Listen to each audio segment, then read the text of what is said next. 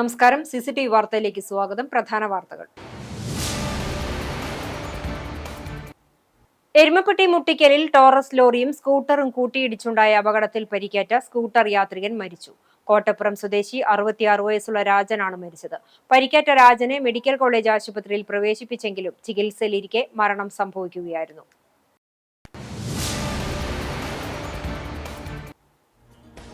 Thiruvananthapuram Kasaragod silver line പദ്ധതി റദ്ദാക്കിയെന്ന് മുഖ്യമന്ത്രി VD Satheesan. ഭൂമി ഏറ്റെടുക്കൽ തീരുമാനം റദ്ദാക്കിയെന്നും പോലീസ് കേസുകൾ പിൻവലിക്കാനുള്ള ശുപാർശ നൽകുമെന്നും മുഖ്യമന്ത്രി അറിയിച്ചു. PSC റാങ്ക് ലിസ്റ്റ് കാലാവധി നവംബർ 30 വരെ നീട്ടാനും സർക്കാർ തീരുമാനം.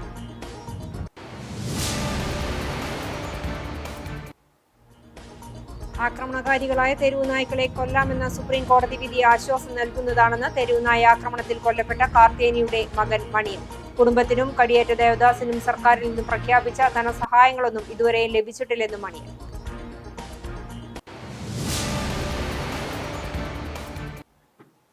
വിശദമായ വാർത്തയിലേക്ക്. തിരുവനന്തപുരം കാസർകോട് സിൽവർ ലൈൻ പദ്ധതി റദ്ദാക്കിയെന്ന് മുഖ്യമന്ത്രി VD സതീശൻ. പദ്ധതിയുമായി ബന്ധപ്പെട്ട എല്ലാ വിജ്ഞാപനവും റദ്ദാക്കിയെന്ന് മുഖ്യമന്ത്രി VD സതീശൻ അറിയിച്ചു. ഭൂമി ഏറ്റെടുക്കൽ തീരുമാനം റദ്ദാക്കി. പോലീസ് കേസുകൾ പിൻവലിക്കാനുള്ള ശുപാർശയും സമർപ്പിക്കുമെന്നും മഞ്ഞക്കുറ്റി നീക്കം ചെയ്യാൻ റവന്യൂ വകുപ്പിന് നിർദ്ദേശം നൽകിയെന്നും മുഖ്യമന്ത്രി വാർത്താ സമ്മേളനത്തിൽ അറിയിച്ചു. മന്ത്രിസഭാ യോഗത്തിന് ശേഷം മാധ്യമങ്ങളോട് സംസാരിക്കുകയായിരുന്നു അദ്ദേഹം. വിഷൻ 2031 നടപ്പിലാക്കും. 100 ദിവസത്തെ കർമ്മ പദ്ധതി അടിയന്തരമായി ചെയ്യേണ്ട കാര്യങ്ങളുടെ ലിസ്റ്റ് തയ്യാറാക്കും. പത്മ പുരസ്കാരം ശുപാർശ സമർപ്പിക്കാൻ സമിതി നിർമ്മിക്കും. സിൽവർ ലൈനിന് പകരം സ്പീഡ് കോറിഡോർ, അതിവേഗ ഇടനാഴി എന്നിവയും പരിഗണനയിലുണ്ട്. പ്രായോഗികമല്ലാത്തതുകൊണ്ടാണ് സിൽവർ ലൈൻ വേണ്ടെന്ന് വെച്ചതെന്നും UDF സബ് കമ്മിറ്റി പഠിച്ച വിശദമായ റിപ്പോർട്ടിന്റെ അടിസ്ഥാനത്തിലാണ് പദ്ധതി വേണ്ടെന്ന് വെച്ചതെന്നും സതീശൻ പറഞ്ഞു. PSC റാങ്ക് ലിസ്റ്റ് കാലാവധി നീട്ടി. 2026 ഓഗസ്റ്റ് 31-നകം കാലാവധി അവസാനിക്കുന്ന ലിസ്റ്റുകൾ നവംബർ 30 വരെ നീട്ടും. UDF പ്രകടന പത്രികയിലെ കാര്യങ്ങൾ വകുപ്പുകൾക്ക് വിഭജിച്ച് നൽകി. വന്ദേമാതരം മുഴുവൻ പാടിയത് ലോക്ഭവൻ നിർദ്ദേശപ്രകാരമാണ്. വന്ദേമാതരം മുഴുവൻ ആലപിക്കുന്ന കാര്യം അറിയില്ലായിരുന്നു. സംഘടിപ്പിച്ചത് രാജ്ഭവനാണ്. വേദിയിൽ വെച്ചാണ് ഇത് അറിഞ്ഞതെന്നും മുഖ്യമന്ത്രി പറഞ്ഞു. എരുമപ്പെട്ടി മുട്ടിക്കലിൽ ടോറസ് ലോറിയും സ്കൂട്ടറും കൂട്ടിയിടിച്ചുണ്ടായ അപകടത്തിൽ പരിക്കേറ്റ സ്കൂട്ടർ യാത്രികൻ മരിച്ചു. എരുമപ്പെട്ടി കോട്ടപ്പുറം സ്വദേശി 66 വയസ്സുള്ള രാജനാണ് മരിച്ചത്. കുന്നംകുളം വടക്കാഞ്ചേരി സംസ്ഥാന പാതയിൽ മുട്ടിക്കൽ ഷോപ്പിന് സമീപമുള്ള വളവിൽ ഇന്ന് ഉച്ചതിരിഞ്ഞ് 1:15ഓടെയാണ് അപകടമുണ്ടായത്. പരിക്കേറ്റ രാജനെ മെഡിക്കൽ കോളേജ് ആശുപത്രിയിൽ പ്രവേശിപ്പിച്ചെങ്കിലും ചികിത്സയിലിരിക്കെ മരണം സംഭവിക്കുകയായിരുന്നു. വടക്കാഞ്ചേരി ഭാഗത്തു നിന്നും വരികയായിരുന്ന ടോറസ് ലോറിയെ മറികടക്കാൻ ശ്രമിക്കുന്നതിനിടയിൽ സ്കൂട്ടറിൽ ലോറി ഇടിക്കുകയായിരുന്നു. സ്കൂട്ടർ മറികടക്കുന്നത് കാണാൻ കഴിഞ്ഞില്ലെന്ന് ടോറസ് ലോറി ഡ്രൈവർ പറഞ്ഞു. ടോറസ് ലോറിക്കടിയിൽപ്പെട്ട സ്കൂട്ടറും യാത്രികനും 15 മീറ്ററോളം ദൂരത്തിൽ റോഡിൽ നിരങ്ങി നീങ്ങിയാണ് നിന്നത്. അപകടത്തിൽ രാജന്റെ ഒരു കാൽ ടോറസ് ലോറിയുടെ ചക്രം കയറി പൂർണ്ണമായും അറ്റുപോയെന്ന് ദൃക്സാക്ഷികൾ പറഞ്ഞു. ഉടൻ വടക്കാഞ്ചേരി എക്സ് പ്രവർത്തകർ രാജനെ മെഡിക്കൽ കോളേജ് ആശുപത്രിയിൽ പ്രവേശിപ്പിച്ചുവെങ്കിലും ജീവൻ രക്ഷിക്കാനായില്ല. അപകടത്തെ തുടർന്ന് പോലീസ് സ്ഥലത്തെത്തി മേൽ നടപടികൾ സ്വീകരിച്ചു. അമ്പലപ്പുഴയിൽ നിന്നും UDF പിന്തുണയുള്ള സ്വതന്ത്രനായി വിജയിച്ച G സുധാകരൻ MLA ആയി സത്യപ്രതിജ്ഞ ചെയ്തു. പ്രോടേം സ്പീക്കറായി നിയോഗിക്കപ്പെട്ടതിനാൽ ഇന്ന് ഗവർണർക്ക് മുന്നിലായിരുന്നു G സുധാകരന്റെ സത്യപ്രതിജ്ഞ. മുഖ്യമന്ത്രി VD സതീശനും മന്ത്രിമാരും ചടങ്ങിൽ പങ്കെടുത്തു. വീണ്ടും MLA ആയി സഭയിൽ എത്തുന്നതിൽ സന്തോഷമെന്നാണ് സുധാകരൻ പ്രതികരിച്ചത്.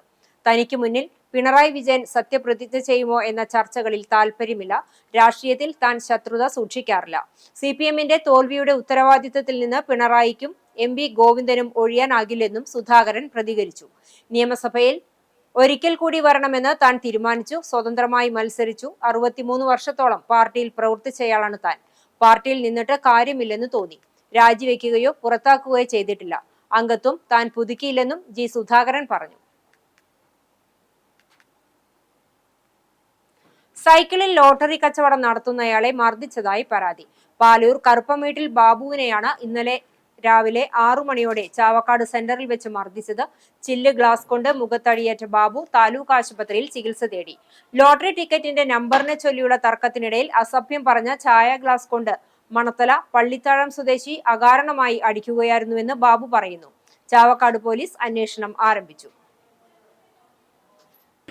64-82 ഇദ്ദേഹം എടുത്തത്. അടിച്ച ആള് 83-ന് 1000 വെച്ചിട്ട് അടിച്ചിട്ടുണ്ടായിരുന്നു.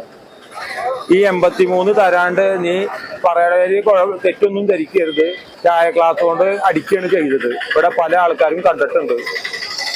പോലീസുകാരന്മാരൊക്കെ വന്നിട്ട് പല വിധത്തിലും ഇവിടെ അന്വേഷിച്ച് അവനെ പിടിക്കാൻ പറ്റിയിട്ടില്ല.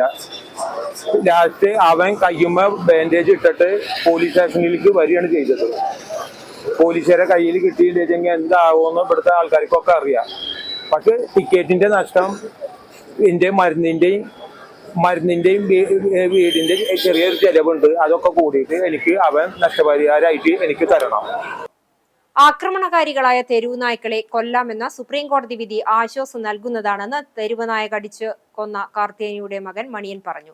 കഴിഞ്ഞ മാർച്ച് 12-ാം തീയതിയാണ് വെള്ളറക്കാട് കൊല്ലൻപടി സ്വദേശിയായ കിഴക്കേപ്പുരയ്ക്കൽ കാർത്തിയാനിയെ തെരുവുനായ കടിച്ചു കൊന്നത്.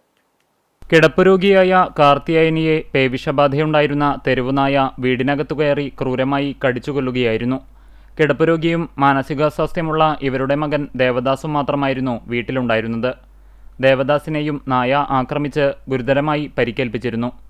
ആക്രമണത്തെ തുടർന്ന് 2 ആഴ്ചയോളം പരിസര പ്രദേശത്തുള്ളവർ പുറത്തിറങ്ങാൻ പോലും ഭയപ്പെട്ടിരുന്നുവെന്നും ഇന്നും തെരുവുനായ്ക്കളുടെ ശല്യം ജനങ്ങളെ ബുദ്ധിമുട്ടിക്കുന്നുണ്ടെന്നും മണിയൻ പറഞ്ഞു. വീടിൻ്റെ അകത്ത് കിടന്നുറങ്ങുകയായിരുന്നു അമ്മേനെ ഈ പറഞ്ഞ പോലെ തെരുവുനായ കടിച്ചിട്ടാണ് അമ്മ മരണപ്പെട്ടുള്ളത്. ചേട്ടനും അതുപോലെ തന്നെ ഗുരുതരാവസ്ഥയിൽ കുറച്ച് തരണം ചെയ്തിട്ടുണ്ട്. എന്നിരുന്നാലും ചികിത്സയിലാണ്. അതിനുശേഷം തന്നെ ഒട്ടുമിക്ക സ്ഥലങ്ങളിലും തെരുവുനായകൾ കടിച്ചിട്ട് അപകടം സൃഷ്ടിച്ചിട്ടുണ്ട്. അപ്പോൾ ഇത്തരത്തിലുള്ള സുപ്രീം കോടതി വിധി നമ്മളത് നല്ലൊരു കാര്യമായിട്ട് അംഗീകരിക്കുകയാണ്. ആ വിധിയെ നമ്മൾ എന്തായാലും സ്വാഗതം ചെയ്യുന്നു. നമ്മുടെ നിര്യാണത്തിന് ശേഷം തന്നെ 2 ആഴ്ച 3 ആഴ്ച കാലത്തോളം ആളുകളൊന്നും വീട്ടിൽ നിന്ന് പുറത്തിറങ്ങിയിരുന്നില്ല. അത്രയും വളരെ ഒരു ഭയാനകമായ ഒരു അവസ്ഥയായിരുന്നു ഉണ്ടായിരുന്നത്. കൊല്ലൻപടിയിൽ സ്ഥിതി ചെയ്യുന്ന സ്വകാര്യ വ്യക്തിയുടെ ക്വാറിയിലും ഇടവഴികളിലും വൻതോതിൽ കോഴിയറവ് അവശിഷ്ടങ്ങൾ തട്ടുന്നത് പതിവാണെന്നും ഇത് ഭക്ഷിക്കാനെത്തുന്ന നായ്ക്കളാണ് ജനങ്ങളുടെ ഉറക്കം കെടുത്തുന്നതെന്നും മണിയൻ പറഞ്ഞു. അതേസമയം നായയുടെ ആക്രമണത്തിൽ കൊല്ലപ്പെട്ട കാർത്തിയായനിയുടെ കുടുംബത്തിനും കടിയേറ്റ ദേവദാസിനും സർക്കാരിൽ നിന്നും പ്രഖ്യാപിച്ച ധനസഹായങ്ങളൊന്നും ഇതുവരെയും ലഭിച്ചിട്ടില്ലെന്നും മണിയൻ വ്യക്തമാക്കി. ഇതുവരെ ധനസഹായ കാര്യങ്ങളൊന്നും എനിക്കിതുവരെ ലഭിച്ചിട്ടില്ല. മുഖ്യമന്ത്രിക്ക് അപേക്ഷ കൊടുക്കാമെന്ന് പറഞ്ഞിട്ട് ഇതുവരെ കൊടുക്കാൻ പറ്റിയിട്ടില്ല. അപ്പോഴേക്ക് ഇലക്ഷൻ അതിൻ്റെ തെരഞ്ഞെടുപ്പ് കാര്യങ്ങൾ ബന്ധപ്പെട്ടിട്ടൊന്നും കിട്ടിയില്ല. പിന്നെ വരുന്ന ജില്ലാ കലക്ടർക്ക് എല്ലാ കാര്യങ്ങളും കൊടുത്തിട്ടുണ്ട്. അവിടെ നിന്ന് ഇതേമാതിരി തന്നെ ഒരു ധനസഹായ കാര്യങ്ങളൊന്നും ഇതുവരെ ലഭിച്ചിട്ടില്ല. വളരെ ബുദ്ധിമുട്ടുള്ള അവസ്ഥയിലാണ്. ഇപ്പോൾ അതുമാതിരി മാത്രമല്ല, എനിക്ക് ആണെങ്കിൽ ഒരു ജോലിക്ക് പോകാൻ പറ്റുന്ന ഒരു അവസ്ഥ. ഏട്ടൻ്റെ കാര്യങ്ങൾ പറഞ്ഞ മാതിരി തന്നെ എല്ലാ കാര്യങ്ങളും ഞാൻ തന്നെയാണ് ചെയ്തു പോരുന്നതൊക്കെ. എന്തായാലും നമ്മൾ ഈ സുപ്രീം കോടതിയുടെ വിധി എന്ന് പറഞ്ഞു കഴിഞ്ഞാൽ ഒരു നല്ലൊരു കാര്യം തന്നെയാണ്. ആ വിധിയെ നമ്മൾ എന്തായാലും അംഗീകരിക്കുന്നു, സ്വാഗതം ചെയ്യുന്നു. മരണാനന്തര ക്രിയകൾക്കായി പഞ്ചായത്തിൽ നിന്ന് ലഭിച്ച 10,000 രൂപ മാത്രമാണ് സഹായമായി ലഭിച്ചതെന്നും മണിയൻ പറഞ്ഞു. ദുബായിൽ 3 പേർക്ക് അവയവദാനം ചെയ്ത് ഗുരുവായൂർ സ്വദേശിനി ജെസി യാത്രയായി. പരേതനായ വെള്ളറ ജോസ്മോന്റെ ഭാര്യ ജെസി ദുബായിൽ മകൾക്കൊപ്പമാണ് താമസിച്ചിരുന്നത്. കഴിഞ്ഞ വ്യാഴാഴ്ച തലകറങ്ങി വീണതിനെ തുടർന്ന് ദുബായിലെ ആസ്റ്റർ ആശുപത്രിയിൽ ചികിത്സയിലായിരുന്നു. ബ്രെയിൻ ഡെത്ത് സ്ഥിരീകരിച്ചതിനെ തുടർന്നാണ് അവയവങ്ങൾ ദാനം ചെയ്യാൻ തീരുമാനിച്ചത്. ദുബായ് ഹെൽത്ത് അതോറിറ്റിയുടെ നേതൃത്വത്തിൽ ലണ്ടൻ, ദുബായ് എന്നിവിടങ്ങളിലെ കിങ്സ് കോളേജ് ഹോസ്പിറ്റലിൽ അവയവദാന നടപടികൾ പൂർത്തിയായി. 3 പേർക്ക് പുതുജീവൻ നൽകിയാണ് ജെസി യാത്രയായത്. 63 വയസ്സായിരുന്നു. വ്യാഴാഴ്ച നാട്ടിലെത്തിക്കുന്ന മൃതദേഹം പൊതുദർശനത്തിന് ശേഷം 4:30 കാവീട് സെന്റ് ജോസഫ് പള്ളി സെമിത്തേരിയിൽ സംസ്കാരം നടത്തും. ബ്രിറ്റി എന്നിവർ മക്കളാണ്. വേലൂർ തയ്യൂരിൽ റോഡ് പണിയുടെ ഭാഗമായി നിർമ്മിച്ച നീർച്ചാലിന്റെ കരിങ്കൽ ഭിത്തി തകർന്നു. നിർമ്മാണം കഴിഞ്ഞ് ആദ്യ മഴയിൽ തന്നെ ഭിത്തി തകർന്നത് നിർമ്മാണത്തിലെ അപാകതയാണെന്ന് ആരോപിച്ച് പഞ്ചായത്ത് മെമ്പർ അൻസാർ പൊതുമരാമത്ത് അധികൃതർക്ക് പരാതി നൽകി. റീടാറിംഗ് നടത്തിയ വേലൂർ റോഡിന്റെ പല ഭാഗങ്ങളിലും അപാകതയുണ്ടെന്ന പരാതി നിലനിൽക്കവെയാണ് റോഡരികിലെ നീർച്ചാലിന്റെ കരിങ്കൽ ഭിത്തി തകർന്നു വീണത്. പൊതുമരാമത്ത് റോഡ് വിഭാഗം ഉദ്യോഗസ്ഥരെ വിവരം അറിയിച്ചെങ്കിലും പുനർനിർമ്മിക്കാനാവശ്യമായ യാതൊരു നടപടിയും കൈക്കൊണ്ടില്ലെന്ന് പഞ്ചായത്ത് വാർഡ് മെമ്പർ അൻസാർ പറയുന്നു. നിർമ്മാണ പ്രവൃത്തിയിൽ ബാക്കി വന്ന കല്ലുകൾ കൂട്ടിയിട്ടതാണെന്നാണ് ഉദ്യോഗസ്ഥർ നൽകുന്ന വിശദീകരണം. എന്നാൽ അപാകതകൾ മറച്ചുവെച്ച് കരാറുകാരനെ സംരക്ഷിക്കുന്നതിനാണ് നിർമ്മാണ പ്രവൃത്തിയുടെ ചുമതലയുള്ള ഉദ്യോഗസ്ഥർ ശ്രമിക്കുന്നതെന്നും അൻസാർ ആരോപിച്ചു. അപ്പോൾ അവിടെ പോയപ്പോൾ അവർ പറഞ്ഞത് ഇവിടെ ഇന്നലെ ഒരു മഴയത്ത് ഈ സൈഡ് ഇടിഞ്ഞിട്ടുണ്ട്, കല്ലും മറ്റു സാധനങ്ങളും ഈ കാനയിലേക്ക് വീണിട്ടുണ്ട്. ഇതിന്റെ ഫോട്ടോ സഹിതം വിത്ത് പരാതിയായിട്ട് ഓവർസിയറെ പോയി കണ്ടു. അദ്ദേഹം പറഞ്ഞത് എന്താ വെച്ചെങ്കിൽ ഈ കല്ല് ഇതിന്റെ പണിയോടനുബന്ധിച്ച് ബാലൻസ് വന്നിട്ടുള്ള കല്ലാണെന്നാണ് അദ്ദേഹം പറഞ്ഞത്. ഫോട്ടോ സഹിതം കാട്ടി കൊടുത്തിട്ട്. അപ്പൊ അവരുടെ ഭാഗത്തുനിന്ന് യാതൊരുവിധ നടപടി ഉണ്ടായിട്ടില്ല. പ്രത്യേകിച്ച് ഇതൊരു ടേണിംഗ് ആണ്. ഇനിയിപ്പോൾ സ്കൂളൊക്കെ തുറന്നു കഴിഞ്ഞാൽ വലിയ ഭാരപ്പെട്ട വാഹനങ്ങൾ പോവും, സ്കൂൾ കുട്ടികൾ യാത്ര ചെയ്യും. അപ്പൊ അവർക്കൊക്കെ ഒരു വലിയൊരു ഭീഷണി തന്നെയാണ് ഈ ഒരു സൈഡ് കെട്ടൽ. അപ്പോൾ എത്രയും പെട്ടെന്ന് ഇതിനൊരു പരിഹാരം വേണ്ട അധികാരികൾ എടുക്കണമെന്നാണ് ഈ പ്രദേശത്തുള്ള ഞങ്ങൾക്കും വാർഡ് മെമ്പർ എന്ന രീതിയിൽ എനിക്കും പറയാനുള്ളത്. തയ്യൂർ സ്കൂളിന് സമീപം അപകടകരമായ വളവുള്ള പ്രദേശത്താണ് വെള്ളച്ചാലിന്റെ കരിങ്കൽ ഭിത്തി തകർന്നിട്ടുള്ളത്. ഇത് പ്രദേശവാസികളിൽ പ്രതിഷേധത്തിനിടയാക്കിയിട്ടുണ്ട്. എത്രയും പെട്ടെന്ന് കരിങ്കൽ ഭിത്തി നിർമ്മിക്കണമെന്ന് പഞ്ചായത്ത് വാർഡ് മെമ്പറും നാട്ടുകാരും ആവശ്യപ്പെട്ടു.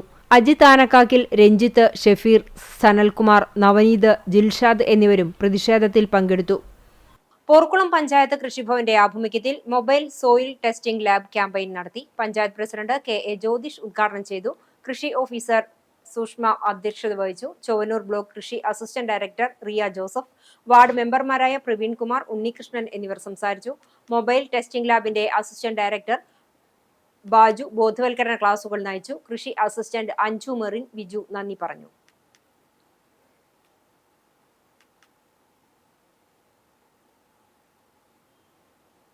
അഹമ്മദിയ മുസ്ലിം ജമാഅത്തിന്റെ ബാലജന സംഘടനയായ മജ്ലിസ് അത്ഫാലുൽ അഹമ്മദിയയുടെ ആഭിമുഖ്യത്തിൽ സംഘടിപ്പിച്ച ദ്വിദിന അവധിക്കാല പഠന ക്യാമ്പ് സമാപിച്ചു.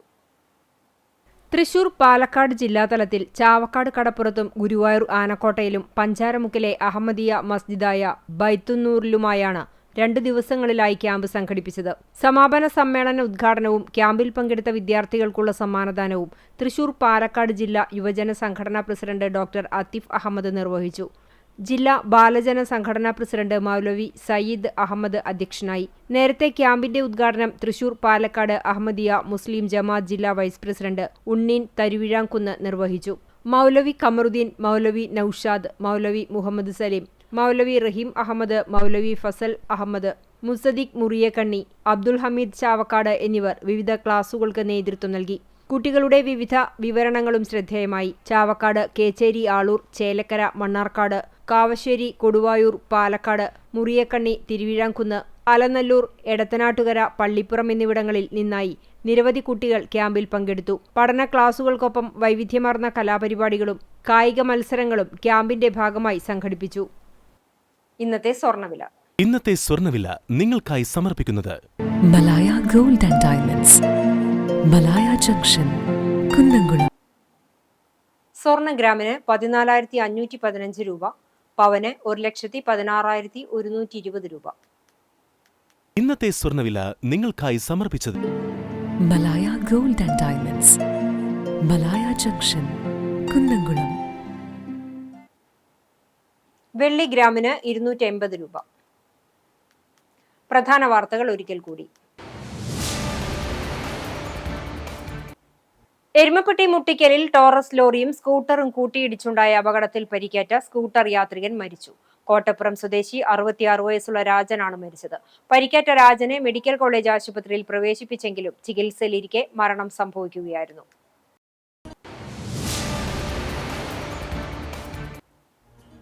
തിരുവനന്തപുരം കാസർകോട് സിൽവർ ലൈൻ പദ്ധതി റദ്ദാക്കിയെന്ന് മുഖ്യമന്ത്രി VD സതീശൻ. ഭൂമി ഏറ്റെടുക്കൽ തീരുമാനം റദ്ദാക്കിയെന്നും പോലീസ് കേസുകൾ പിൻവലിക്കാനുള്ള ശുപാർശ നൽകുമെന്നും മുഖ്യമന്ത്രി അറിയിച്ചു. PSC റാങ്ക് ലിസ്റ്റ് കാലാവധി നവംബർ 30 വരെ നീട്ടാനും സർക്കാർ തീരുമാനം.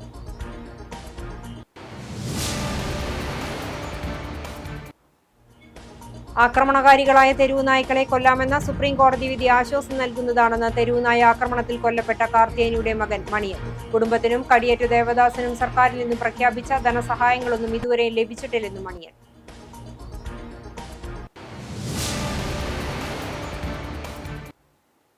ഇതോടെ ഈ വാർത്താ ബുള്ളറ്റിൻ പൂർണ്ണമാകുന്നു. നമസ്കാരം.